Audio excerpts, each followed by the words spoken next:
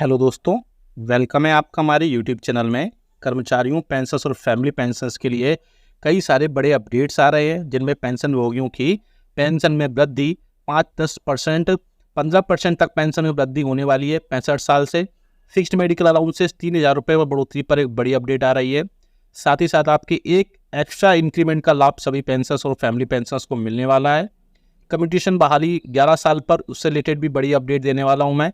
और वरिष्ठ नागरिकों यानी कि बोल सकते हैं पेंशनर्स और फैमिली पेंशनर्स के लिए बड़ी खुशखबरी निकल कर आ रही है, जिसका डायरेक्टली असर आप सभी के लिए पड़ेगा। और वरिष्ठ नागरिकों के लिए खुशखबरी, केंद्र सरकार ने बड़ी सुविधा जारी कर दी है। साथ ही साथ EPS 95 के जो पेंशनर्स हैं, 78 लाख पेंशन भोगियों के लिए DA प्लस बेसिक में बढ़ोतरी को लेकर के एक और बड़ी अपडेट आ रही है। तो काफ़ी सारे बड़े अपडेट्स होने वाले हैं इसमें। पूरे वीडियो को लास्ट तक देखिएगा। और अगर चैनल पर पहली बार आए हैं तो चैनल को फ्री में सब्सक्राइब जरूर कर लीजिएगा। सब्सक्राइब के ब्लैक बटन को प्रेस करके साथ ही साथ आप हमारे वीडियोस की लेटेस्ट इन्फॉर्मेशन के लिए घंटे के निशान को प्रेस करना बिल्कुल मत भूलिएगा, तभी आपके पास हमारी वीडियोस की लेटेस्ट इन्फॉर्मेशन आ पाएगी और आप हमारे वीडियोस को इसी तरीके से और भी देख पाएंगे। आपको हमारे चैनल के रिगार्डिंग जल्दी से एक बेनिफिट्स जो है अपडेट्स दे देता हूँ। आप हमारे चैनल पर पेंशनर्स, फैमिली पेंशनर्स, कर्मचारियों के पेंशनरी बेनिफिट से रिलेटेड सभी इन्फॉर्मेशन, सर्कुलर्स और नोटिफिकेशंस देखते हैं। अगर आपको भी आपके पेंशनरी बेनिफिट से रिलेटेड कोई डाउट है तो आप हमें कमेंट बॉक्स में कमेंट करिएगा। हम नेक्स्ट वीडियो में वहाँ से आपकी जो भी डाउट्स होंगे वो लेकर के आपकी सारी जो भी परेशानियां होंगी आपको वहां से दूर कर दी जाएंगी। चलिए जल्दी से लेकर चलते हैं बड़ी खबर पर जो निकल कर आ रही है। नई दिल्ली के विज्ञान भवन में पेंशन भोगी संगठनों की एक महत्वपूर्ण बैठक आयोजित हो रही है। जी हाँ दोस्तों, जिसमें केंद्रीय मंत्री डॉक्टर जितेंद्र सिंह और DOPT के प्रतिनिधिमंडल भाग ले रहे हैं। इस बैठक का उद्देश्य पेंशन भोगियों की समस्याओं और उनकी मांगों पर विस्तृत चर्चा करना है तथा उनके समाधान हेतु उचित निर्णय लेना है। बैठक के मिनट्स भी जारी होने वाले हैं। इससे सभी पेंशन भोगियों संगठनों के प्रतिनिधियों को भेजा गया है। आइए जानते हैं इस बैठक में कौन कौन से मुद्दों पर बात हो रही है और किन किन मुद्दों पर बातचीत से इसमें निर्णय पर विस्तार से चर्चा कर सकते हैं। पेंशन भोगियों की जो सबसे बड़ी मांग थी कि पेंशन भोगी संगठनों ने पेंशन धारकों के लिए हर 6 महीने में या 1 साल में नियमित हेल्थ चेक की मांग की थी। अब देखते हैं कि सब पेंशन धारकों के लिए क्या इसमें आउटपुट निकल कर आया है। सरकारी तरफ से निर्णय लिया गया है। जब बोल सकते हैं स्वास्थ्य एवं परिवार कल्याण मंत्रालय ने बताया है कि पेंशन भोगियों को साल में एक बार हेल्थ चेकअप कराने की सुविधा दे दी गई है। इच्छुक पेंशन भोगी CGHS से जो इम्पैनल्ड हॉस्पिटल है उनमें चेकअप के लिए CGHS वेलनेस सेंटर के CMO से रेफर ले सकते हैं।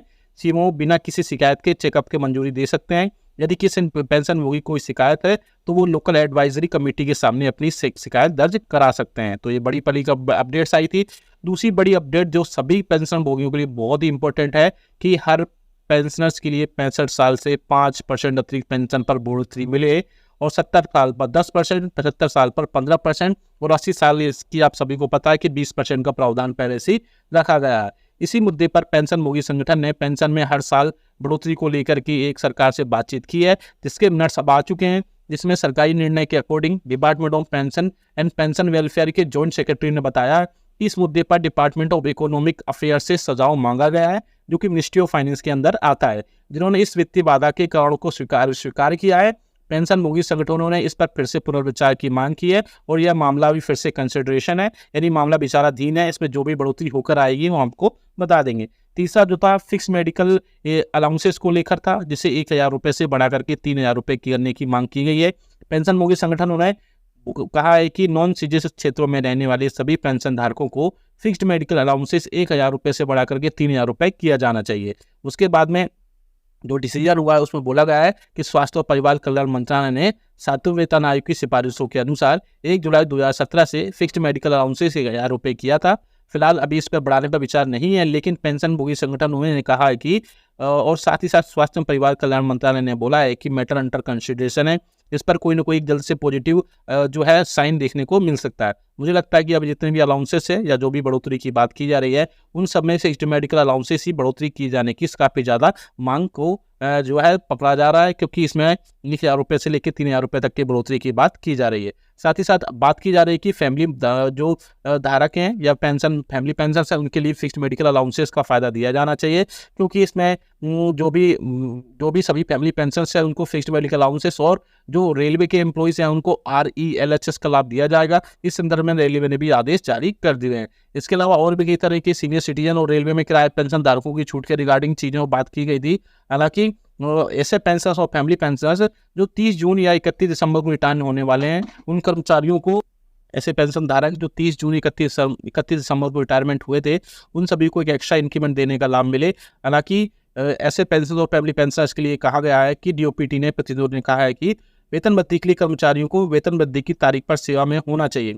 इस मुद्दे पर डिपार्टमेंट ऑफ एक्सपेंडिचर जो कि मिनिस्ट्री ऑफ फाइनेंस के अंतर्गत आता है, उसके साथ विचार किया जा रहा है और इसके साथ ही साथ और भी कई सारे विचार के लिए भेजा जाएगा। इसके अलावा कम्यूटेशन बहाली पर एक बड़ी अपडेट निकल कर आ रही है। सरकार ने कम्यूटेशन बहाली को 15 साल से घटाकर 13 साल किया है, जो कि गुजरात सरकार ने किया है। केंद्रीय पेंशन भोगी संगठन ने इसे 11 साल पर बहाल करने की मांग की है। हालांकि DOPT सचिव ने बोला है कि इस मुद्दे पर विचार चल रहा है और जल्द इस पर निर्णय लिया जाएगा। हालांकि इस बैठक में पेंशन भोगी संगठनों की कई मांगों पर चर्चा हुई है और कुछ मुद्दे पर निर्णय भी लिए गए हैं। हालांकि कुछ मुद्दों को फिर से कंसिडरेशन के लिए बोल सके पुनर्विचार के लिए लंबित रखा गया है।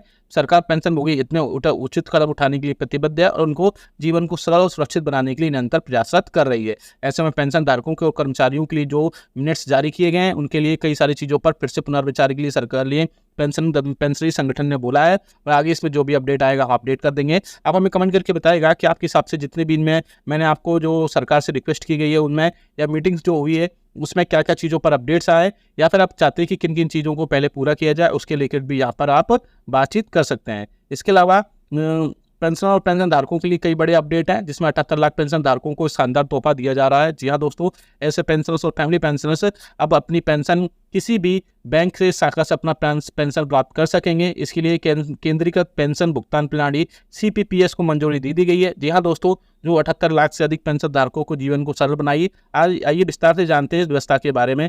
कब से चालू होगी, मैं सबसे पहले बता दूं, ये सुविधा जो है जनवरी 2025 से शुरू हो जाएगी। केंद्रीय श्रम और रोजगार मंत्रालय की तरफ से घोषणा की गई है कि जनवरी 2025 से इसकी सुविधा की जाएगी। इसके बाद पेंशन भोगियों को किसी एक बैंक से जुड़े रहने की आवश्यकता नहीं होगी। वो देश के किसी भी बैंक या उसकी किसी भी शाखा से पेंशन प्राप्त कर पाएंगे। इससे EPFO के आधुनिकीकरण और डिजिटल इंडिया के लक्ष्यों को ध्यान में रखकर किया गया है। सबसे बड़ी बात क्या है ये कि CPPS क्या है, यानी कि केंद्रीकृत पेंशन भुगतान प्रणाली है क्या। तो CPPS का उद्देश्य पेंशन धारकों को एक सेंट्रल सिस्टम से जोड़ना है, जिससे वे किसी भी बैंक या शाखा में पेंशन प्राप्त कर सकें। अभी तक पेंशन धारकों को एक निश्चित बैंक से ही पेंशन मिलती थी और कई बार पेंशन भोगियों की लंबी प्रक्रिया से गुजरना पड़ता था। अब इस नई प्रणाली से यह समस्या खत्म हो जाएगी और पेंशन धारक जहां भी हो उन्हें पेंशन आसानी से मिल जाएगी। इसके अलावा आधार आधारित भी, यानी कि जो आधार इनेबल्ड भुगतान प्रणाली भी डेवलपमेंट की जा रही है। इस प्रणाली के अगले चरण में आधार आधारित परिणाम भुगतान का भी की जाएगी, जिससे पेंशन धारकों को और अधिक सुविधा होगी। इस पेंशन का भुगतान सीधे पेंशन धारकों के आधार से जुड़े बैंक खातों में होगा। सबसे ज़्यादा इनमें फायदा जो होगा, 78 लाख से अधिक पेंशन धारकों को सीधा लाभ मिलेगा, जो कि 95 की कर्मचारी पेंशन योजना EPS के तहत पेंशन प्राप्त करते हैं। अब पेंशन भोगियों को पेंशन भुगतान आदेश PPO को एक कार्यालय से दूसरे कार्यालय में स्थानांतरित करने की आवश्यकता नहीं होगी। इस प्रणाली से पूरे देश में पेंशन की निर्बाध वितरण सुनिश्चित होगा। साथ ही साथ पेंशन भुगतान के लिए अब पेंशनर्स को एक स्थान से दूसरे स्थान पर नहीं जाना पड़ेगा और उनकी पेंशन जो है टाइम से टाइम आ जाएगी और अब वो किसी भी बैंक की शाखा से वहाँ से अपनी